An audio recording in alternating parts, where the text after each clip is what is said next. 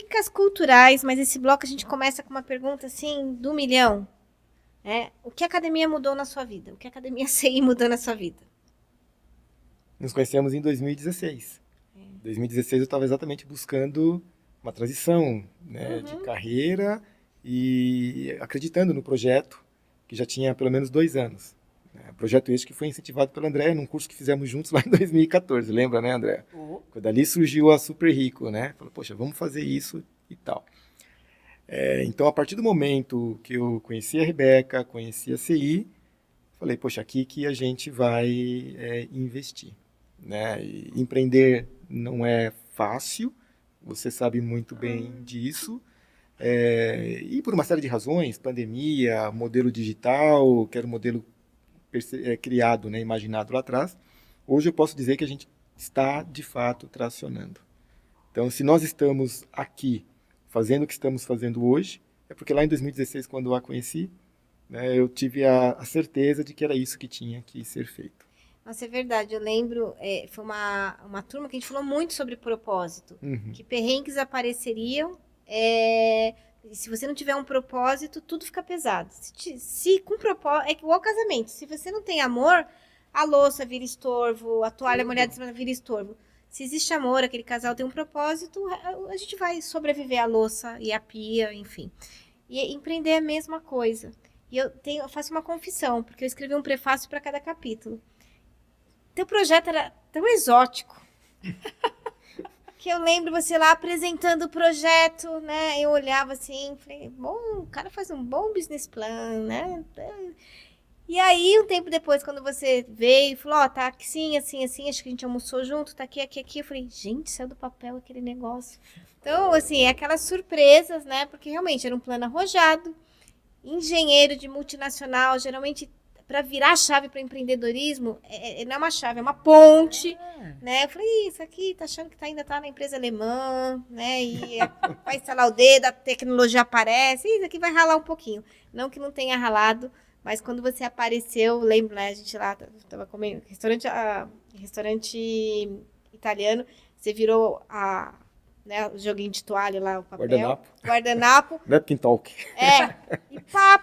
Eu falei, gente, o negócio saiu do papel. E aquelas coincidências do mundo, porque aí quando eu conheci a Andrea, parece que o mundo é um ovo de codorna. Tivemos chefes em comum, né? Paulo, Sérgio, Kakinoff. E aí papo vai, papo vem. Então, assim, né, o mundo realmente é um ovo de codorna. A nossa bolha é um ovo de codorna. Mas então eu vou começar por você. Livro. Porque assim, a gente abre o site da Amazon, que inclusive é onde está o nosso livro, é muita opção, a gente fica tonto. Então a gente colocou esse bloco para ajudar as pessoas a encontrarem boas literaturas, independente do tio algoritmo que fica lá me mostrando um monte de coisa. Não posso dar uma dica de comida? Não, brincadeira. É que eu sou... Quando tiver uma dica de comida, você me chama, que eu tenho várias. Na primeira, sabe que nos 2 primeiros episódios a gente tinha dica cultural, que podia falar de museu e restaurante. Olha só. Mas assim, tá bom, olha, já que esse quebrou todos os protocolos, dá a dica que você quiser, tá tudo certo. Não, brincadeira. É que eu... Agora eu fiquei curiosa. Como é que alguém que gosta de comer e não faz exercício tem, né, o corpo em ordem? Acho que é graças à minha mãe, que eu sou igual ela e ela é assim, eu não sou tão magrinha, ela é mais magrinha que eu, então acho que foi a genética aqui. Tá bom. Mas eu como direito, eu gosto de comer, mas eu como direito. Tá bom. Eu não sou tão de comer tranqueira, tal. Eu sou uma boa italiana que gosta de um prato de comida mesmo, assim. Então, acho que é isso. Não, mas eu brinquei, né, com dica gastronômica e tudo, porque... Vai indicar o livro da Rita Lobo? Pode ser, que eu adoro, sou Rita Lobo Lover. Porque eu gosto de cozinhar também, mas gosto de cozinhar, tipo, coisas que são rápidas, então eu gosto muito dela. Acho ela muito interessante como criadora de conteúdo. Os livros dela são bons. São. Eu ganhei da editora Senar que eles mandaram para mim. As receitas dela funcionam mesmo. E o conteúdo dela de redes também é bom. Rita Lobo me patrocina agora, né? Porque... Gente, lembra, ela é marqueteira. Rita, porque eu tô falando dela. Mas, vou marcar ela nesse episódio, eu acho que, Thiago. Eu acho que é uma boa ideia, porque o que eu ia falar de livros, né? Quando tiver a dica de comida, eu venho preparada, que daí eu posso fazer uma resenha grande aqui. Mas de livros, eu não sou uma leitora voraz. Então, eu acho assim, eu fiquei pensando num livro, pensei em um, em outro. Faz tempo que eu não leio um livro tão marcante assim. E daí eu pensei em dizer que Vamos ler autoras brasileiras. Yes. Vamos ler mulheres brasileiras que escrevem, desde romances até coisas interessantes técnicas, o que você gostar de ler. Leia uma autora brasileira. Eu acho que isso é uma dica importante, né? Gente, tudo bem com esse episódio, olha. Do mesmo jeito que a gente está falando agora de compre produtos do Rio Grande do Sul, porque a gente tem uma causa aí, né? De colocar as mulheres mais em protagonismo. Então, compre um livro de uma autora brasileira. Pode ser a Rita Lobo. As receitas são ótimas. Não. E ela tem uma comunicação muito, né? A questão de não usar os processados, os ultraprocessados, então nem pensar. Mas essa mistura de sabor e sabedoria, eu dei uma palestra num evento do setor automobilístico, então eram várias competências do futuro. E sabe quem fechou o evento? O Edu, aquele chefe de cozinha, ele tem um programa, não tem? Eu sou péssima pela CCTV. E ele fez uma receita misturando todas as habilidades. Ele fez uma receita. Eu sou horrível. Depois talvez eu lembre o nome dele. Mas ele tem um programa de TV, ele fica fazendo receita na TV. E ele que fechou, eram 10 palestras e ele fez uma receita com os ingredientes. Edu Guedes, Isso! Ai, que Edu bom. Guedes. Edu Guedes. Viu? Fechou o evento. De gastronomia. Eu gosto de gastronomia também, né, gente? Mas sabe, eu quero falar só uma coisinha, já que a gente entrou nessa história de comida, não exatamente de gastronomia, né? E você falou da sabedoria e tal. Eu falo isso às vezes pro Carlos. Eu acho que cozinhar, por exemplo, cozinhar, pregar um botão, plantar alguma coisinha, nada tão elaborado, mas o básico. São coisas muito básicas do ser humano. E que eu acho que a gente deveria se dedicar a aprender, um mínimo. Você ter uma habilidade, é que nem a geração mais nova agora não necessariamente tem vontade de ter um carro, de dirigir. Eu falo, não, ok, eu acho que são pensamentos que vão evoluindo, eu acho até interessante.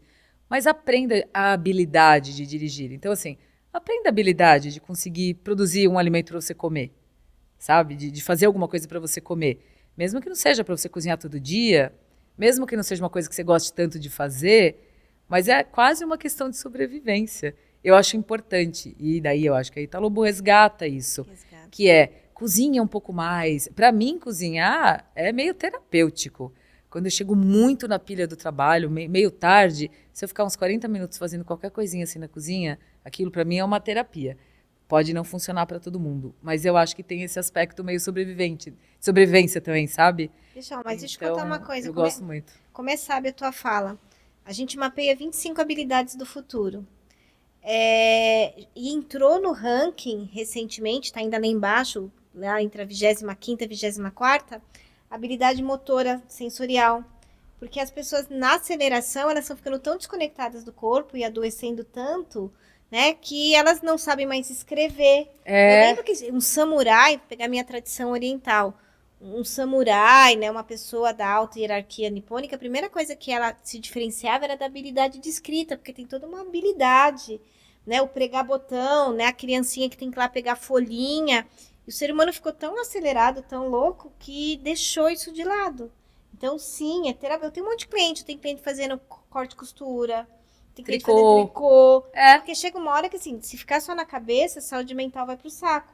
E aí, quando eu peguei o relatório, então, assim, todo episódio a gente deixa o link do relatório, a gente quer que todo mundo no Brasil tenha acesso a esse relatório. Se tem empresa, tem carreira, tem que ler o relatório futuro do trabalho. E essa habilidade entrou. Porque senão, mexer corpinho, cabecinha explode, né? E acho que a inteligência artificial não vai fazer um bom risoto, umas coisas assim. Acho que a gente mesmo vai ter que continuar fazendo. Tá me dando fome, Carlos, socorro. Vamos lá, temos aqui uma dica, adorei a dica dela. Ótimo. Qual é a sua dica? Leia livros de homens negros. Olha, é uma boa dica. Ou de mulheres negras, né? Também, sem dúvida.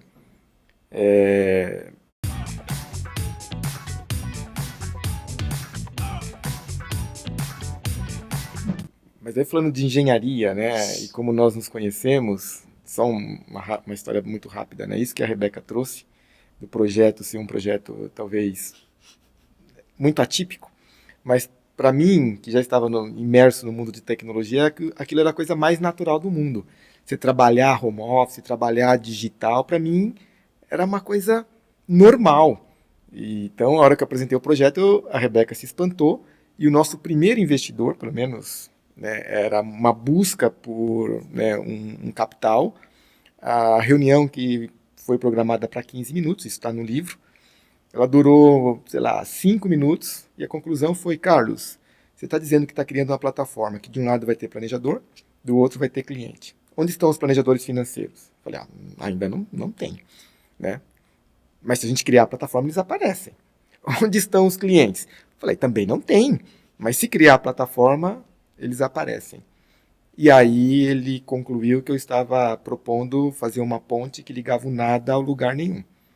Mas por que eu estou falando isso dessa ponte? Que é a tecnologia, que é uma coisa que eu gosto. Então, naturalmente, eu indicaria um livro sobre tecnologia.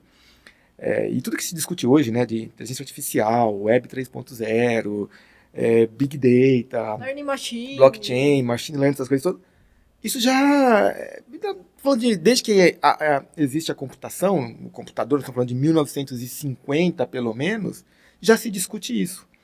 Né? E até mais recentemente, acho que um livro que eu gostei e recomendo, que ele se tornou atemporal, ele foi lançado lá em 2020, é um livro chamado The Future is Faster Than You Think, que eu acho que já tem a tradução em português aqui no Brasil, que é O Futuro é Mais Rápido, sei lá, do que você imagina. Não sei exatamente se saiu assim, né, que o autor é o Peter Diamandis, que chegou a fazer um certo sucesso aqui no Brasil lá por 2020, por ter criado a Singularity e tal.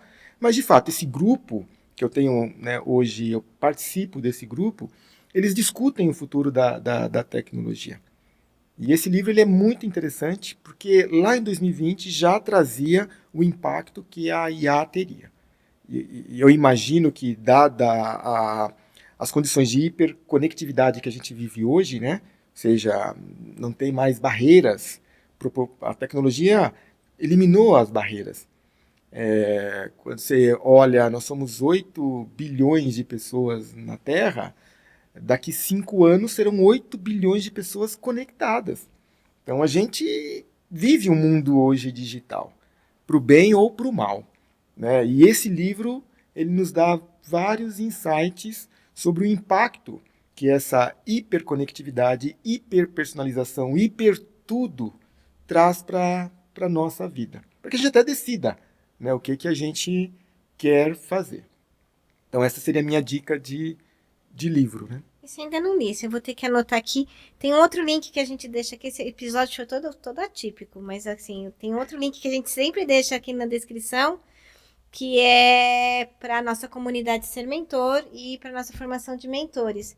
Porque é justamente por esse mundo que anda muito rápido, então nem o sistema educacional e nem o corporativo, né, o educacional básico e corporativo, enfim, ele consegue ajudar as pessoas a acompanhar essas mudanças.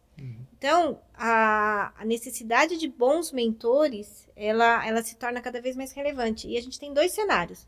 A gente tem gente que sabe muito e não sabe transmitir o conhecimento, porque não tem técnica, ferramenta, né? Vira, né, um guru, um professor de Deus. E gente que quer ensinar e não tem conteúdo.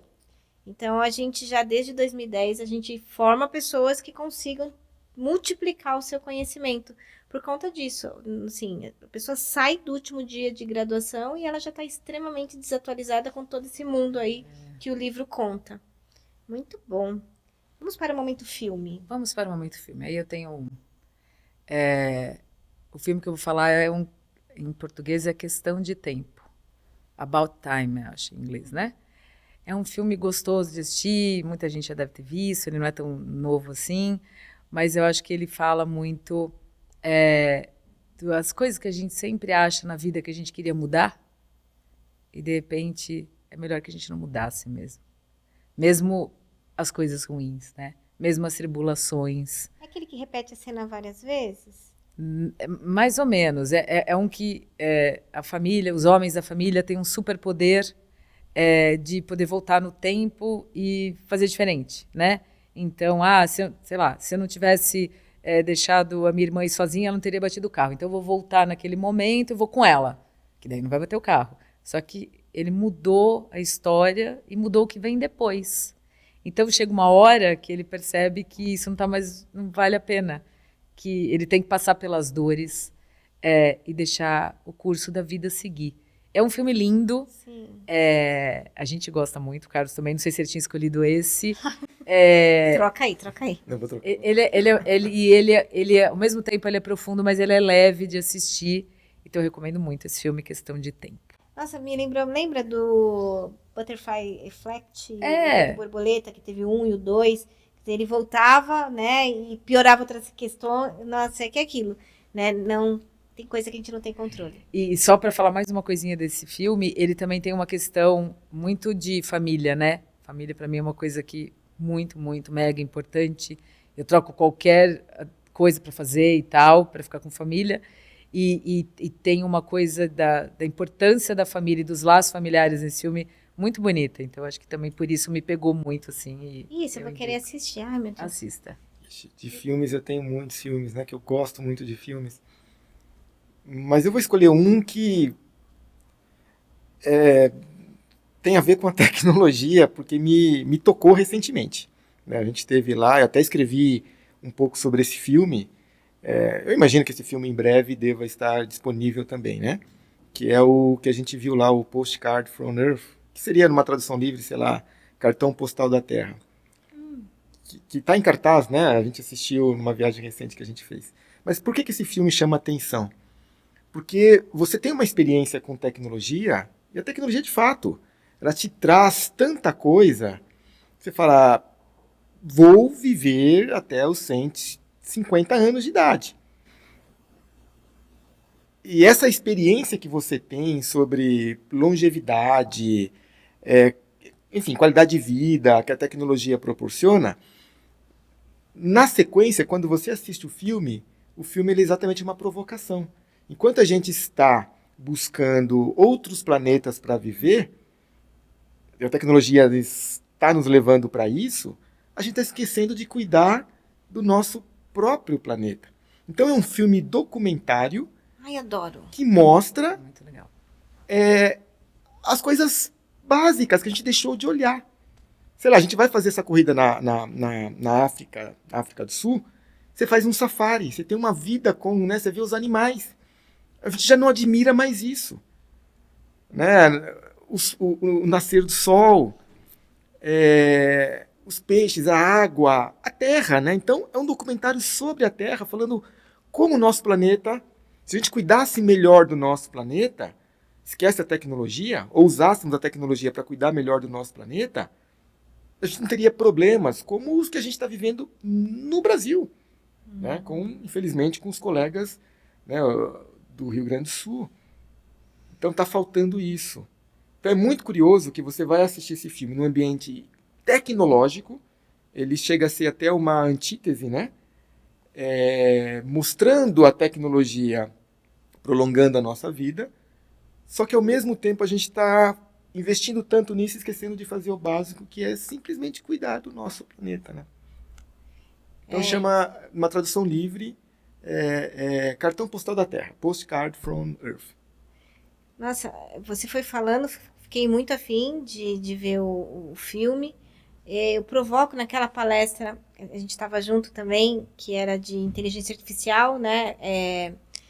Um contraponto à inteligência humana. Se as empresas investissem o tanto que investem em tecnologia, ou próximo né, em desenvolvimento humano, a gente teria resultados diferentes, né? E é um pouco disso. A gente tem um grupo que chama Carreira Saudável. Também vou deixar aqui o link na descrição. E lá a gente tem essas discussões. Porque é a mesma coisa. A gente vai, se forma, em algum momento a gente sonhou em ter, né, uma carreira incrível, mudar o mundo. E daqui a pouco a gente está tão perdido em cargos, em disputas. E aí a pessoa chega lá sofrendo. E fala, mas por que você está sofrendo? Ontem mesmo foi uma conversa intensa, a pessoa sofrendo lá, mas o que acontece? Aí eu escutei e falei assim, será que isso aqui não é necessidade de controle? Que é o seu filme, né? A gente não tem controle e a pessoa quer ter controle. Falei, cara, não vai dar pra chegar onde você quer chegar, um C-level, querendo esse controle, esquece. Quanto mais pra cima a gente tá, menos controle a gente sabe que tem. Se você tem necessidade de controle, tem que estar aqui embaixo. E você tá querendo ir aqui em cima. Então esse resgate, né, do essencial. É o porquê que eu levanto da cama. Mas não é muito meu papel fazer as sugestões de livro, mas até inspirada na tua fala e no teu capítulo, e não é uma indicação religiosa, mas é uma série que está na Netflix, que é a história de Moisés. E por que eu assisti? Porque é um documentário Então você tá lá assistindo, só que ele tem 5 comentaristas. Islã, católico, judeu, 4, 5 comentaristas. Moisés foi o único personagem que apareceu em todas as literaturas, então todas as religiões podem falar. Então você começa a realmente ampliar o teu olhar para aquela história e conseguir trazer para o nosso contexto, que é, né, dentro de todas aquelas diversidades, né, toda a construção que ele fez, dentro das limitações dele, dentro da época. Então eu acho fantástico, e eu tenho, né, o caçula, que agora está com 11 anos, é muito legal assistir com ele, porque a gente vai fazendo a geolocalização, a gente vai fazendo, olhar aquele pedaço por vários olhares, então ele já começa, né, a entender o que é tão importante dentro de uma empresa, que tudo é uma questão de ponto de vista, né? Então, queria fazer essa sugestão, que independente da religião, a gente possa olhar aquela história como uma história de liderança, empreendedorismo, superação, né? Gostei da dica. Não, adorei. Agora eu achei do Alexandre o Grande, na mesma estrutura. 5 historiadores, você vai vendo a história do Alexandre, e aí 5 historiadores contando as questões sociais, políticas, geográficas. Muito legal. Nossa, eu adoro. Eu sou dos documentários. Você falou, esse é documentário? Esse mesmo eu quero assistir. Gente, eu ficaria aqui o dia inteiro com vocês. Nossa, que delícia. Eu também ficaria. Ai, meu Deus. Mas vamos lá. Agora é meu desafio, porque é uma mensagem final em uma frase. Até porque acho que esse aqui vai ser o maior terceiro bloco de todos. Andréia, sua mensagem final para quem nos acompanhou até agora. Uma mensagem poderosa. Vai pensando aí que você pergunta. Vou usar uma frase da minha adolescência. Assim, que eu aprendi nos encontros de jovens. Sabe essas coisas? Eu gosto dela, que é: quem não vive para servir, não serve para viver. Eu acho ela bem poderosa, porque eu acho que a gente não está aqui para ficar sozinho. A gente tem que estar aqui para servir para alguma coisa, para ter um propósito, para ajudar alguém, para ajudar o planeta. Você fica aqui só pensando em você e tentando viver a sua vida melhor do que os outros. Acho que você não vai para lugar nenhum. Gente, adorei. A gente quer lançar umas camisetas assim. Então eu acho que é isso. Quem não vive para servir, não serve para viver. Tá bom. E você? Tem uma frase que eu uso sempre, que se aplica não só para o mundo do dinheiro, né, mas também para os valores de vida, para propósito, para tudo isso que a gente discutiu, que é: nós não somos ricos pelo que temos, e sim pelo que não precisamos ter. Gente, adorei. Eles conseguiram trazer frases sínteses, e eu vou fazer meus 2 pedidos, que é... O que eu tenho que pedir para vocês? Assim, pedir para seguir o canal, marqueteira tem que fazer direito aqui. Seguir o canal, apertar o sininho, dar 5 estrelinhas no Spotify, compartilhar se fez sentido o conteúdo. Quando eu esqueço de fazer essa parte, eu levo uns puxões de orelha, Andréia, você não faz ideia. Tem que fazer sim. Então, viu? Eu olhei para você, deixa eu fazer direitinho aqui. Agradecer a sua companhia. O que está sendo feito aqui é para você, por você. Carlos, você é um presente na minha vida, eu já escrevi isso para você. E aí, sabe o que é legal? O presente Kinder Ovo é que aí vem com outro presente, né? Então, Andréia também... Vem um anexo aqui, ó. Anexo, que anexo, é um presente. Não, que anexo, a gente nunca é anexo. Nem apêndice. Não. Foi só para dar um crédito a mais para ele. É uma contraparte, isso. Assim, né? Os dois. Então, obrigada, eu sei que a agenda de vocês agradeço. É mega concorrida, então, Imagina. Uma tarde deliciosa. Agradecer a Sétima por toda a estrutura, equipe, né? Thiago Toledo, apoio na edição e distribuição, e Marcela Mello, né, na ajuda aqui, apoio no roteiro, e aguardo você no próximo episódio.